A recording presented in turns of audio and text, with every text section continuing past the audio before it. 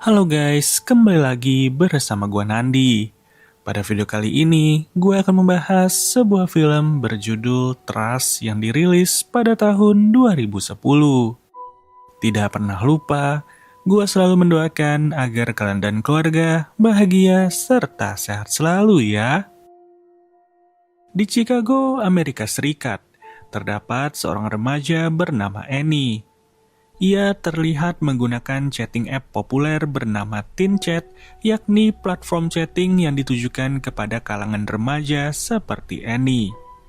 Annie tinggal bersama keluarganya, mulai dari ayahnya yang bernama Will, ibunya bernama Lynn, kakak laki-lakinya bernama Peter, dan adiknya yang bernama Kathy. Di samping itu, Annie juga memiliki sahabat bernama Brittany. Di hari tersebut, Annie merayakan ulang tahunnya yang ke-14 dan Will memberikannya sebuah MacBook sebagai hadiah. Annie langsung menggunakan MacBook tersebut untuk chattingan. Will yang penasaran bertanya dengan siapa Annie chattingan. Annie menjelaskan kalau ia sedang chatting dengan seseorang bernama Charlie yang usianya sedikit lebih muda dan saat ini tinggal di California. Annie berkata bahwa pembahasannya bersama Charlie masih sebatas membicarakan voli. Diketahui, Charlie merupakan anggota tim voli di sekolahnya. Di sekolah, Annie melihat teman-teman seusianya yang sudah memiliki pacar, sementara ia sendiri tidak dekat dengan siapapun. Oleh sebab itu, chattingan dengan Charlie menjadi salah satu cara bagi Annie untuk merasa diperhatikan dan tidak kesepian. Saat itu, kakak kelas Annie bernama Serena mengundangnya ke rumah untuk berpesta sambil meminta Annie mengajak Peter. Annie pun langsung memberitahu Charlie kalau ia diundang ke pesta tersebut. Ketika kembali ke rumah, saat sedang makan bersama keluarga, Annie tidak bisa lepas dari ponselnya karena terus-terusan chatting sembari rutin mengirim foto kepada Charlie. Lalu, ketika hari berganti, Annie sendiri ikut serta ke dalam tim voli di sekolah dan ia segera memberitahu Charlie. Di situ, Annie meminta Charlie untuk juga mengirimkan foto seperti apa yang Annie lakukan pada hari kemarin. Dari sini, Charlie justru mengatakan kalau ia ingin mengungkapkan sesuatu. Charlie berkata bahwa ia sebenarnya bukanlah remaja seusia Annie, melainkan seorang mahasiswa berusia 20 tahun. Charlie sengaja mengaku sebagai anak SMA karena ia tak ingin terlihat sok bijak saat memberi saran kepada Annie. Charlie mengaku ia takut Annie akan membencinya, tetapi nyatanya Annie tidak mempermasalahkan kebohongan tersebut. Bahkan, Annie memuji cara Charlie dalam chattingan yang selama ini membuat Annie merasa nyaman. Setelah itu, barulah Charlie mengirimkan beberapa foto dirinya saat ia sedang bermain voli. Malam harinya, Annie dan Brittany pergi ke pesta yang diadakan oleh Serena. Akan tetapi, pesta tersebut terasa terlalu bebas dan tidak sesuai untuk Annie. Sikap Serena dan teman-temannya yang terlalu terbuka membuat Annie merasa tidak nyaman sehingga ia memutuskan untuk pulang lebih awal. Sesampainya di rumah, Annie sempat curhat kepada ayahnya. Sebagai remaja, Annie merasa Serena dan circle-nya adalah standar untuk terlihat keren dan jika tidak seperti mereka, berarti ada yang salah dengan Annie. Will langsung menasihati Annie agar tidak mengikuti gaya Serena dan teman-temannya, serta meminta Annie untuk menjadi diri sendiri. Annie tampaknya tidak setuju dengan perkataan ayahnya dan ia justru kembali curhat kepada Charlie dengan mengatakan hanya Charlie yang benar-benar mengerti dirinya. Annie pun mulai berharap Charlie berada lebih dekat dengannya, di mana Charlie membalas kalau ia juga berharap hal yang sama sehingga mereka harus bisa bertemu secara langsung. Ketika hari berganti, Annie menceritakan tentang Charlie kepada Brittany sambil mengatakan Charlie adalah seseorang yang sangat tampan. Di saat yang sama, Lynn datang menjemput Annie ke sekolah. Annie memberitahu ibunya kalau Serena menyuruhnya membeli sebuah bra. Disitulah, Lynn menasihati Annie agar tidak selalu mengikuti perkataan Serena, karena hal itu justru membuat Annie terkesan merendahkan diri sendiri. Sesampainya di rumah, Annie kembali bercerita kepada Charlie kalau ia baru saja membeli sebuah bra. Di sini, Charlie lagi-lagi mengatakan ia ingin mengungkapkan sesuatu. Charlie mengaku sebenarnya dirinya bukanlah seorang mahasiswa, melainkan sudah lulus kuliah dan kini berusia 25 tahun. Setelah pengakuan itu, Annie sempat marah dan langsung menelpon Charlie. Tapi Charlie segera menenangkan Annie dan membujuknya agar Annie tidak marah. Perlahan, Charlie berhasil meredamkan emosi Annie, bahkan Annie sempat mengatakan kalau ia juga memiliki perasaan yang sama terhadap Charlie alias rasa suka. Tidak lama berselang, Annie menerima foto terbaru dari Charlie yang terlihat lebih dewasa dibandingkan foto-foto sebelumnya. Annie dan Charlie akhirnya terus berkomunikasi lewat telepon hingga larut malam. Topik pembicaraan mereka pun mulai mengarah ke hal-hal yang tidak pantas untuk anak seusia Annie, termasuk membahas pakaian yang sedang Annie kenakan saat itu. Keesokan harinya, Annie memberitahu Charlie kalau Peter akan meninggalkan rumah untuk pergi kuliah, di mana kedua orang tua Annie akan mengantar Peter ke asrama yang ada di kampus. Mendengar hal tersebut, Charlie pun meminta Annie agar mereka segera bertemu. Annie hanya perlu mengatakan iya, di mana setelah kata iya, Charlie akan datang dari California ke Chicago untuk menemui Annie. Annie akhirnya menyetujui permintaan tersebut, lalu ia pergi ke sebuah mall tempat mereka akan bertemu.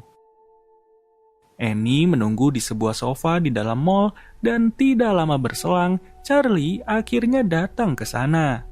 Annie sontak sempat terdiam melihat sosok Charlie, karena Charlie sama sekali tidak terlihat seperti foto-foto yang pernah dikirimkan sebelumnya. Annie sempat mengira semua ini hanyalah lelucon dan ia sekarang sedang dipermainkan. Tetapi, Charlie meyakinkan Annie bahwa ia adalah pria yang sama, yakni Charlie yang berbicara dengan Annie selama ini. Wajar saja Annie merasa terkejut, karena pria di hadapannya ternyata jauh lebih tua, berusia sekitar 35 tahun, bukan 25, apalagi remaja seperti pengakuan awal. Annie sempat menangis karena merasa ditipu. Tapi Charlie mulai mengeluarkan kata-kata manis dan meminta kesempatan untuk menjelaskan semuanya. Charlie memohon agar Annie tidak marah karena bagi Charlie kemarahan Annie sangat terasa menyakitkan. Charlie meminta Annie untuk melupakan soal usia dan mengingat semua hal yang telah mereka lalui selama ini.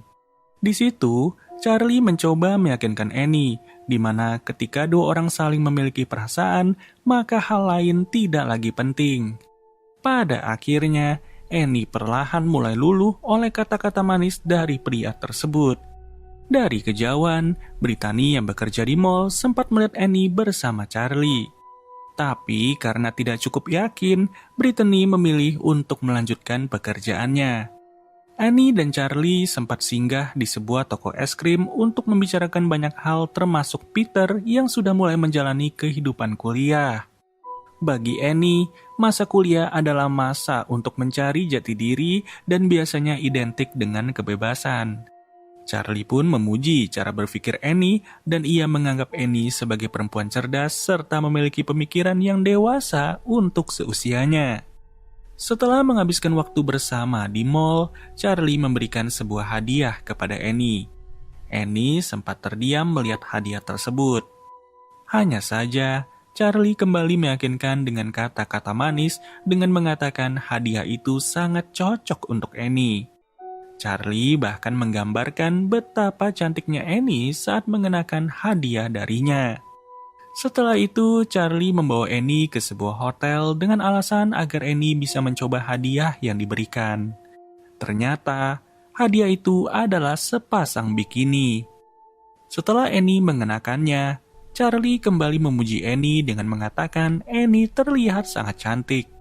Perlahan, Charlie mulai menunjukkan niat buruknya dan ia melakukan tindakan yang tidak pantas terhadap Annie sambil merekam semua kejadian tersebut menggunakan kamera tersembunyi. Setelah kejadian itu, Charlie hampir tidak pernah lagi membalas pesan Annie, apalagi menelpon Annie, yang membuat Annie sering melamun dan terlihat berbeda dari biasanya. Saat berada di sekolah, Brittany mulai menyadari ada yang tidak beres. Brittany bertanya, kenapa Annie tidak lagi menjawab teleponnya. Di sisi lain, seorang teman mencoba mengejek Annie dengan menyebut Annie berpacaran dengan remaja berkulit hitam yang tidak jauh dari mereka. Annie yang sudah sensitif menjadi sangat tersinggung, membalas dengan kata-kata kasar, lalu pergi meninggalkan mereka. Annie kemudian menangis sendirian dan mencoba menelpon Charlie. Tetapi tetap saja pria itu tidak kunjung merespon. Brittany yang semakin curiga akhirnya menanyakan apakah pria tua yang ia lihat bersama Annie di mall kemarin adalah Charlie.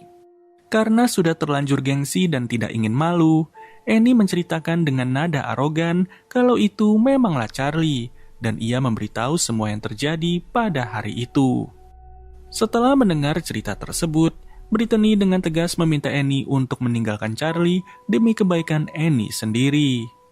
Saat berada di kelas, seorang guru meminta Annie untuk ikut dengannya. Ternyata, di ruang konseling sudah ada Brittany yang tampaknya melaporkan apa yang baru saja terjadi menimpa rekannya. Tidak lama kemudian, polisi datang menjemput Annie yang membuatnya menjadi pusat perhatian satu sekolah. Will yang saat itu sedang bekerja juga ditelepon dan diberitahu tentang apa yang terjadi pada Annie, lalu ia diminta segera datang ke rumah sakit. Sesampainya di rumah sakit, seorang petugas kepolisian bernama Gomez menjelaskan bahwa Annie diduga mengalami pelecehan oleh seorang pria dewasa berusia sekitar 35 tahun. Di rumah sakit itu, Annie sekarang sedang menjalani pemeriksaan untuk memastikan kondisinya baik-baik saja, di mana polisi mulai mengumpulkan bukti terkait kejadian yang menimpa Annie. Tidak lama setelahnya, Annie keluar dari ruang pemeriksaan dan disusul oleh kedatangan agen FBI bernama Ted yang akan membantu mencari pelaku. Dari situ, pihaknya Annie kemudian kembali ke rumah, dan Annie menyerahkan bikini yang diberikan oleh Charlie sebagai barang bukti. Tim penyelidik berencana melacak DNA yang mungkin tertinggal di sana, meskipun prosesnya memakan waktu sekitar 2 minggu hingga 1 bulan. Selain itu, Ted juga menyalin seluruh percakapan dari Annie dan juga Charlie di room chat sebagai bagian dari penyelidikan. Ted kemudian meminta Annie untuk mengirim pesan kepada Charlie, berpura-pura khawatir karena Charlie belakangan ini jarang membalas pesannya. Sementara itu, Ted akan mencoba melacak alamat IP dari pesan yang dikirim. Charlie akhirnya membalas pesan Annie, bahkan ia sempat menelpon Annie menggunakan nomor privat. Charlie menanyakan keberadaan orang tua Annie, dan Annie menjawab mereka sedang tidak ada di rumah. Tapi tiba-tiba, ponsel Lynn berdering di dekat Annie yang membuat Charlie sadar Annie tidak sendirian. Charlie pun langsung memutuskan sambungan sebelum alamat IP-nya berhasil dilacak. Sejak kejadian itu, Will tidak bisa merasa tenang.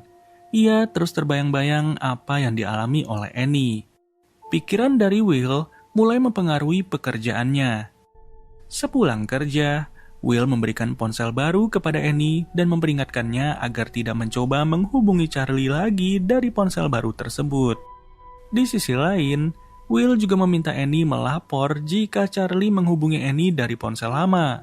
Sikap Will yang semakin protektif justru membuat Annie merasa ayahnya lebay dan berlebihan.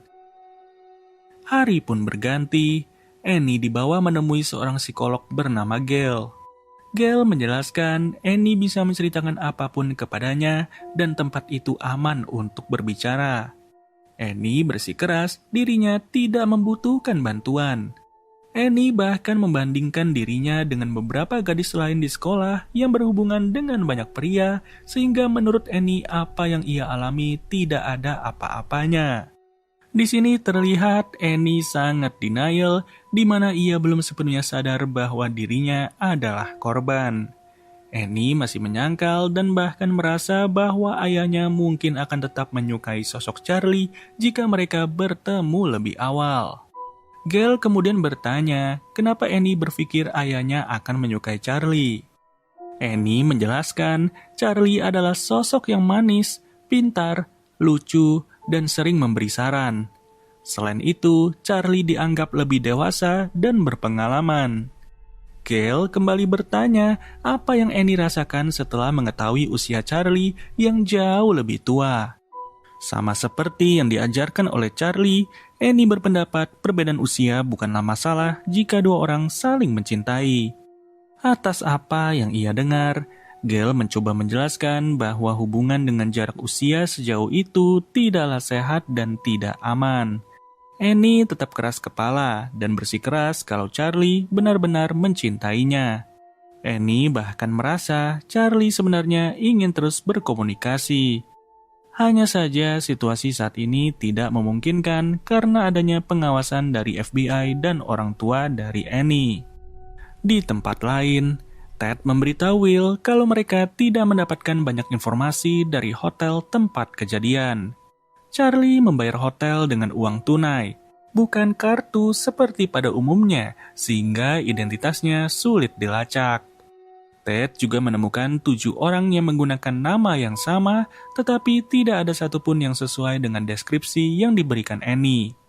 Bahkan mereka mulai menduga Charlie sebenarnya bukan berasal dari California. Di sini diketahui juga, Charlie menggunakan perangkat lunak seperti VPN untuk menyamarkan alamat IP-nya sehingga tidak bisa dilacak. Mobil yang digunakan saat bersama Annie juga merupakan mobil sewaan dan plat nomornya telah diganti untuk menghindari identifikasi. Dari semua itu, disimpulkan Charlie sangat berpengalaman dan kemungkinan ia merupakan pelaku yang sudah terbiasa melakukan tindakan seperti ini. Will kemudian pulang dan ia menunjukkan sebuah maps berisi daftar predator seksual yang tinggal tidak jauh dari lingkungan mereka. Will meminta Annie untuk melihat apakah ada sosok Charlie di antara mereka. Annie mencoba melihatnya dan mengatakan tidak ada satupun yang mirip dengan Charlie. Will kemudian meninggikan nada suaranya dan ia meminta Annie untuk melihat lebih teliti. Di situ, Annie justru tersinggung dan kembali menegaskan dirinya bukanlah korban. Pada malam harinya, Will pergi ke salah satu rumah yang terdaftar sebagai predator di sekitar wilayah tersebut. Will sempat melihat pemilik rumah yang keluar, tetapi hanya memperhatikannya dari kejauhan tanpa melakukan apapun. Ketika hari berganti lagi, Annie kembali menemui Gail dan mengatakan ia ingin keluar dari rumah karena merasa semua orang menganggapnya bodoh akibat kejadiannya dengan Charlie. Annie juga merasa ayahnya terlalu overprotective, di mana Annie berkata ayahnya terobsesi ingin menyakiti Charlie. Gail kemudian bertanya apa yang akan Annie lakukan jika Charlie tiba-tiba kembali menghubunginya. Annie menjawab ia hanya akan berbicara seperti biasa dan berusaha mencari cara agar hubungan mereka bisa berjalan baik. Di sisi lain, Ted mencoba memancing predator dengan menggunakan seorang remaja perempuan sebagai umpan. Remaja tersebut berpura-pura mengajak pelaku bertemu di sebuah taman, sementara Ted dan timnya mengawasi dari kejauhan. Si pelaku tampaknya cepat membaca situasi dan mencoba melarikan diri. Untungnya, salah satu petugas berhasil menangkapnya sebelum kabur. Setelah itu, Ted meminta Will datang ke kantor polisi dan memberitahu kalau mereka telah menangkap salah seorang terduga pelaku. Will mempertanyakan alasan polisi kenapa begitu yakin pria tersebut adalah pelakunya. Ternyata, pria itu menggunakan modus yang sangat mirip dengan apa yang dialami Annie, termasuk pola percakapan yang hampir sama di aplikasi chatting. Will meminta salinan chat tersebut karena ingin membacanya, tetapi Ted menolak memberikan salinan chat karena masih berada dalam proses investigasi. Ketika Ted lengah, Will yang penasaran langsung mengambil salinan percakapan antara Annie dan Charlie dari tas Ted yang ditinggalkan. Will lalu membawa dokumen tersebut pulang dan ia menunjukkannya kepada Lynn.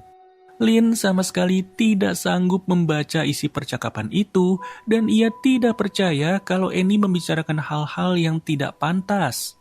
Disinilah Will sangat marah dan ia ingin langsung bertanya kepada Annie dari mana Annie mempelajari semua itu. Tapi Lin tidak setuju dan ia meminta Will untuk tidak memperburuk keadaan. Akhirnya perbedaan pendapat ini membuat mereka berdua bertengkar hebat. Malam harinya, Will menghadiri sebuah acara yang berkaitan dengan pekerjaannya di bidang periklanan produk pakaian dalam. Di dalam acara tersebut, terpampang banyak poster dengan model berpakaian minim.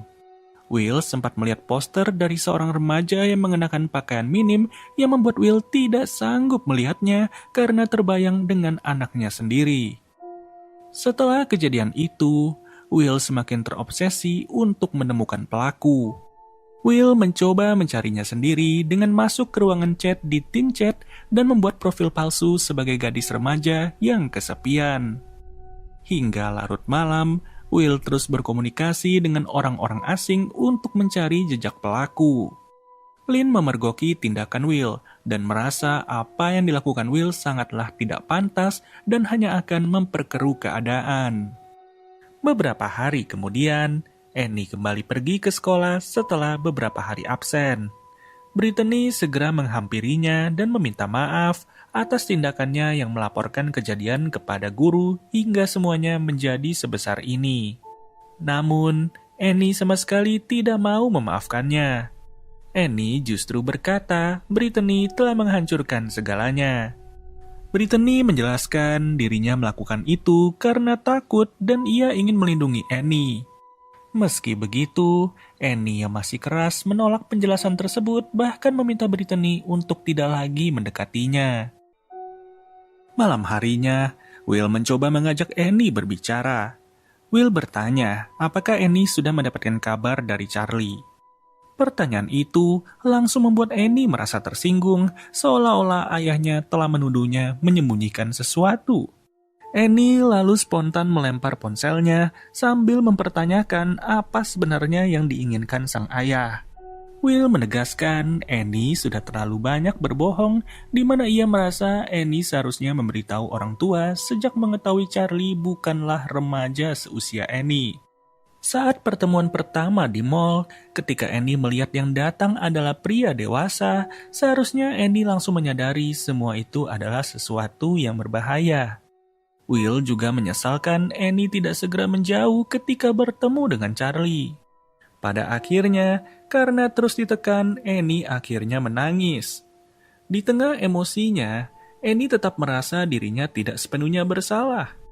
Annie bahkan beranggapan masalah ini menjadi besar karena semua orang membesar-besarkannya. Annie dengan tegas membela Charlie dan mengatakan Charlie tidak seperti yang dibayangkan oleh ayahnya dan ia bersikeras bahwa Charlie tidak menyakitinya.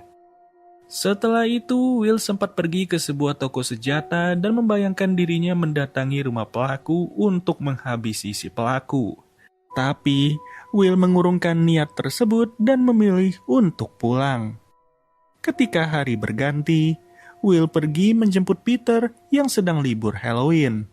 Peter melihat wajah ayahnya yang murung dan tidak ceria seperti biasanya karena keluarga belum memberitahu Peter apa yang sebenarnya terjadi pada Annie. Sesampainya di rumah, seluruh keluarga berkumpul untuk makan malam, termasuk kakek, nenek, dan bibi. Awalnya suasana terasa sangat hangat hingga sang kakek mulai membahas Peter yang sepertinya dekat dengan seorang perempuan. Hal itu justru memicu emosinya Annie. Di situ, Annie membandingkan sikap ayahnya yang tidak mempermasalahkan jika Peter dekat dengan seseorang. Tetapi ayahnya bersikap berbeda ketika hal serupa terjadi pada Annie, seolah-olah kedekatan Annie dengan orang lain adalah hal yang memalukan. Lalu, setelah Halloween, Ted kembali menemui Will dan keluarganya untuk memberitahu bahwa mereka telah menemukan identitas pemilik DNA. Meskipun belum bisa langsung mengungkapkan siapa orangnya, Ted juga menjelaskan pemilik DNA tersebut telah melakukan kriminal serupa terhadap beberapa korban lain, termasuk remaja berusia 15 tahun, 14 tahun, dan bahkan 12 tahun. Setelah mendengar laporan itu, Annie merasa terpukul. Ia kemudian pergi menemui Gail dan mengungkapkan Charlie ternyata memiliki pacar lain selain dirinya. Saat itulah, Annie akhirnya mulai menyadari bahwa dirinya bukanlah seseorang yang spesial seperti yang selama ini ia yakini. Annie pun memahami bahwa Charlie sama sekali tidak mencintainya, dan untuk pertama kalinya Annie benar-benar menyadari dirinya adalah korban. Beberapa hari kemudian, kondisi Annie mulai membaik. Annie kembali mengikuti kelas olahraga dan gurunya meminta Annie untuk menggantikan salah satu pemain dalam pertandingan voli. Pertandingan tersebut nantinya akan disaksikan oleh seluruh anggota keluarga. Tapi di tengah pertandingan, Will melihat seorang pria yang merupakan salah satu predator yang ia lihat di dalam database. Tanpa pikir panjang, Will langsung menghajar pria tersebut karena curiga pria itu sedang mengambil foto para remaja yang mengenakan pakaian olahraga. Ternyata, pria itu adalah pacar dari salah satu pemain voli. Annie langsung memarahi ayahnya karena merasa dipermalukan serta merasa tindakan Will justru terus mengingatkannya pada kejadian buruk yang ingin dilupakan oleh Annie. Lalu, pada keesokan harinya di sekolah, Brittany memberitahu Annie kalau Annie sedang viral di internet. Annie segera menuju ruang komputer untuk melihat apa yang terjadi. Ternyata, foto dirinya yang diambil diam-diam oleh Charlie di hotel telah tersebar luas dalam sebuah iklan situs dewasa. Usai melihat berita itu, Annie langsung pulang ke rumah dan mengurung diri di kamar mandi. Dalam kondisi putus asa, Annie sempat mengambil sebuah foto dirinya seolah berada dalam titik terendah. Lynn yang mendapat kabar dari Brittany segera menghubungi Will dan memintanya untuk memeriksa keadaan Annie. Will kemudian mendobrak pintu dan ia menemukan Annie yang sudah tidak sadar setelah menelan obat dalam jumlah banyak. Di situ, Will segera menolong Annie memuntahkan pil hingga akhirnya Annie berhasil diselamatkan dan dilarikan ke rumah sakit untuk mendapatkan penanganan. Beberapa hari kemudian, Annie kembali ke rumah. Annie melihat ayahnya duduk sendirian di halaman tampak tenggelam dengan pikirannya sendiri. Annie mendekatinya dan bertanya apa yang sedang dirasakan oleh sang ayah. Will kemudian mengenang masa kecil dari Annie. Will mengatakan sejak kecil Annie adalah anak yang berani, berbeda dengan Peter yang lebih mudah untuk khawatir. Will berharap keberanian itu tidak hilang seiring bertambahnya usia Annie. Sebagai seorang ayah, Will merasa gagal untuk menjaga keberanian putrinya. Will melihat sendiri bagaimana Annie hampir kehilangan harapan dan juga nyawanya. Akhirnya, Will lagi-lagi menyalahkan dirinya atas semua yang terjadi dan ia meminta maaf kepada Annie. Mendengar hal itu, Annie langsung memeluk ayahnya sebagai tanda untuk mulai menerima kenyataan. Di akhir film, pada tempat lain, terlihat sosok Charlie yang bernama asli Weston yang ternyata telah berkeluarga serta memiliki seorang anak. Dan Charlie bekerja sebagai guru fisika di sebuah sekolah menengah. Charlie menjalani kehidupannya dengan tenang, tampak normal seperti pria pada umumnya, berbaur dengan lingkungan tanpa menimbulkan kecurigaan sedikit pun. Di balik ketenangan itu, tersimpan ancaman yang belum benar-benar hilang. Dengan identitas yang masih tidak terungkap, bukan tidak mungkin Charlie alias Weston akan kembali mengulangi perbuatannya.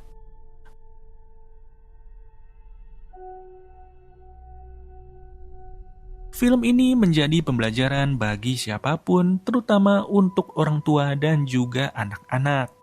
Bisa kalian bayangkan betapa mengerikannya sosok seperti Charlie bekerja di lingkungan yang terdiri dari banyak anak-anak, dan bahkan ia memiliki keluarga dan juga seorang anak.